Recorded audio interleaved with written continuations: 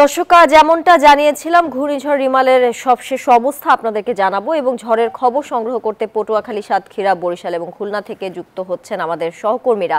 শুরুতেই যাব সাতক্ষীরাতে, সেখানে আছেন আমাদের সহকর্মী মনিরুল ইসলাম। মনির, উপকূলীয় এলাকাগুলোতে ঘরবাড়ি, গাছপালা ভেঙে গেছে, আমরা আপনার প্রতিবেদনে জেনেছি, এবং সাতক্ষীরায় 2 জন নিহত হয়েছে। এই মুহূর্তে আমাদেরকে জানাবেন কোন কোন এলাকা আরো বেশি ক্ষয়ক্ষতির সম্মুখীন হয়েছে, সবশেষ তথ্য আমাদেরকে জানাবেন।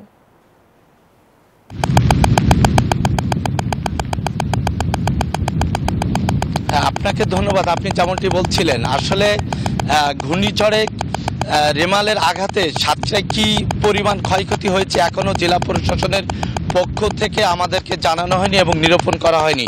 তবে এইটুকু আমরা বলতে পারি যে উদ্বেগ, উৎকণ্ঠা ছাড়িয়ে সাতক্ষীরা কিন্তু অনেকটা শঙ্কামুক্ত আমরা হতে পেরেছি, এবং বিশেষ করে যে জলোচ্ছ্বাসে সাতক্ষীরার যে 673 কিলোমিটার ভেড়িবাঁধের মধ্যে 5 কিলোমিটার ভেড়িবাঁধ ঝুঁকিপূর্ণ ছিল, সেই ভেড়িবাঁধ কিন্তু আসলে জলোচ্ছ্বাসে না ভাঙার কারণে আমরা কিন্তু অনেকটা শঙ্কামুক্ত রয়ে গেছি। আর রাতে বেশ কিছু ঘরবাড়িতে গাছপালা পড়ে ক্ষয়ক্ষতি হয়েছিল। আর আমরা যেটা সকাল থেকে দেখতে পাচ্ছি যে পশ্চিম দিক থেকে পূর্ব দিকে প্রচণ্ড বেগে ঝড়ো হাওয়া বয়ে যাচ্ছে এবং মুষলধারে বৃষ্টি হচ্ছে, কখনো ঝিরে ঝিরে বৃষ্টি হচ্ছে।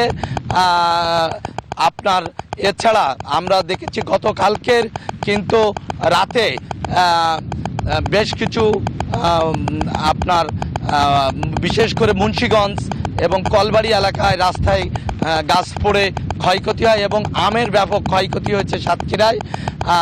এই ছিল সাতক্ষীরার সর্বশেষ খবর। ফিরে যাব স্টুডিওতে। মনিরুল, আপনাকে ধন্যবাদ যুক্ত থাকার জন্য। দর্শক, এবারে যাচ্ছি পটুয়াখালীতে, আমাদের সহকর্মী আছেন সেখানে, শিকদার জোবায়ের। শিকদার, আপনি নিশ্চয়ই আমাকে শুনতে পাচ্ছেন। পটুয়াখালীতে এই মুহূর্তে কেমন আবহাওয়া রয়েছে এবং এই আবহাওয়া মোকাবেলায় কি যথাযথভাবে প্রশাসনের পক্ষ থেকে কোনো সতর্কতা আছে কিনা জানাবেন।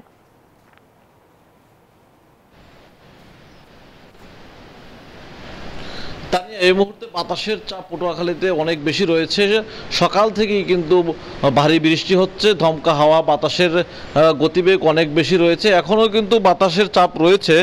আর এখানকার যে প্রশাসন, গতকালকে সন্ধ্যায় কিন্তু বিচ্ছিন্ন দ্বীপগুলোতে যে সকল মানুষ ঝুঁকিপূর্ণ অবস্থায় ছিল, বিশেষ করে যে 8টি দ্বীপ প্লাবিত হয়েছিল, জলাবদ্ধ হয়ে গেছিল, সে সকল দ্বীপ থেকে মানুষদেরকে উঠিয়ে নিয়ে আশ্রয় কেন্দ্রে নিয়ে আসা হয়েছে। 703টি আশ্রয় কেন্দ্রে কিন্তু এখন মানুষ রয়েছে। কারণ যেই ঘূর্ণিঝড়টি এখন আঘাত হানছে, এটা কিন্তু এখনও আঘাতের যে তীব্রতা সেটা কিন্তু কমেনি। আবহাওয়া অফিসের সাথে কথা বলে আমরা যেটা জেনেছি যে 10টা পর্যন্ত এই তাণ্ডব চলবে। আর ঝড়ের যে তীব্রতা রয়েছে সেই তীব্রতার মধ্যে ঘর থেকে মানুষ বের হচ্ছে না। রাস্তাঘাটে গাছপালা ভেঙে পড়ে আছে, গাড়ি চলাচল কিন্তু অনেক জায়গায় ব্যাহত হচ্ছে। সকালে খেটে খাওয়া মানুষ যারা রয়েছে তারা ঘর থেকে বের হতে পারেনি, কাজকর্ম একেবারেই নেই। এবং কৃষি ক্ষেতগুলো যে রয়েছে, আপনি দেখছেন যে একটি কৃষি ক্ষেত আমরা দেখাচ্ছি, এই ক্ষেতের যে ধান ক্ষেত ছিল সেগুলো কিন্তু নষ্ট হয়ে গেছে বাতাসের চাপে এবং টানা বৃষ্টির কারণে। রবি শস্যেরও ব্যাপক ক্ষতি হয়েছে এবং এখানের যে 8টি দ্বীপ প্লাবিত হয়েছে সেখানে কিন্তু ঘূর্ণিঝড় আশ্রয় কেন্দ্র নেই। বিশেষ করে রাঙ্গাবালির কয়েকটি দ্বীপ রয়েছে, চরমন্তাজ রয়েছে, চালিতাবুনিয়া রয়েছে, এই সকল এলাকায় কিন্তু বেড়িবাঁধ বিধ্বস্ত হয়েছিল সিডরের সময়। সেই বেড়িবাঁধগুলো এখনও পর্যন্ত কিন্তু টেকসই বেড়িবাঁধ নির্মাণ করা হয়নি, যার কারণে বরাবরই যে কোনো ঘূর্ণিঝড় জলোচ্ছ্বাস যখন হয় তখন কিন্তু এলাকার মানুষ একটু ঝুঁকির মধ্যে থাকে। দুর্যোগের মধ্যে বেড়ে ওঠা এসব এলাকার মানুষের অভ্যস্ততাও রয়েছে যদিও, তবে 10 নম্বর সতর্ক সংকেত যখন চলে আসে তখন কিন্তু একটু আতঙ্ক থাকেই এলাকার মানুষের। আর এই জায়গাগুলোতে গত রাতে কিন্তু প্লাবিত হয়েছিল, পানিবন্দী ছিল মানুষ। এখন ভাটা আসার কারণে পানি নেই, তবে 10টার পরে আবার জোয়ার হওয়ার সম্ভাবনা রয়েছে, তখন কিন্তু এলাকার মানুষ আবারও প্লাবিত হওয়ার সম্ভাবনা রয়েছে। আকাশ খুবই মেঘাচ্ছন্ন এবং এত বেশি মেঘাচ্ছন্ন আকাশের দিকে তাকালে মনের মধ্যে একটু ভয় চলে আসে, ভীতি চলে আসে মানুষের মধ্যে। আর বৃষ্টির যে তীব্রতা রয়েছে, বৃষ্টি যে রয়েছে, ভারী বৃষ্টি হচ্ছে মোটামুটি। সব মিলিয়ে পটুয়াখালীর মানুষ হতাশার মধ্যে দিন কাটাচ্ছে। পটুয়াখালীর উপকূলের মানুষ। এতটুকুই ছিল পটুয়াখালীর উপকূল থেকে আমার কাছে এই মুহূর্তের সবশেষ ফিরছে স্টুডিওতে। তানিয়া। শিকদার জুবায়ের, আপনাকে ধন্যবাদ পটুয়াখালী থেকে যুক্ত থাকার জন্য, এবং আপনি সাবধানে থাকবেন সেই আশায় আমরা আছি। এবারে যাচ্ছি বরিশালে, সেখানে আছেন সহকর্মী মিরন। মিরন, অনেক অনেক এলাকা, আপনার এখানে কোন কোন এলাকা আসলে প্লাবিত হয়েছে এই বিষয়ে আপনার কাছে বিস্তারিত জানতে চাই, এবং ক্ষয়ক্ষতির পরিমাণ এই মুহূর্তে কি পরিমাণে আছে জানাবেন।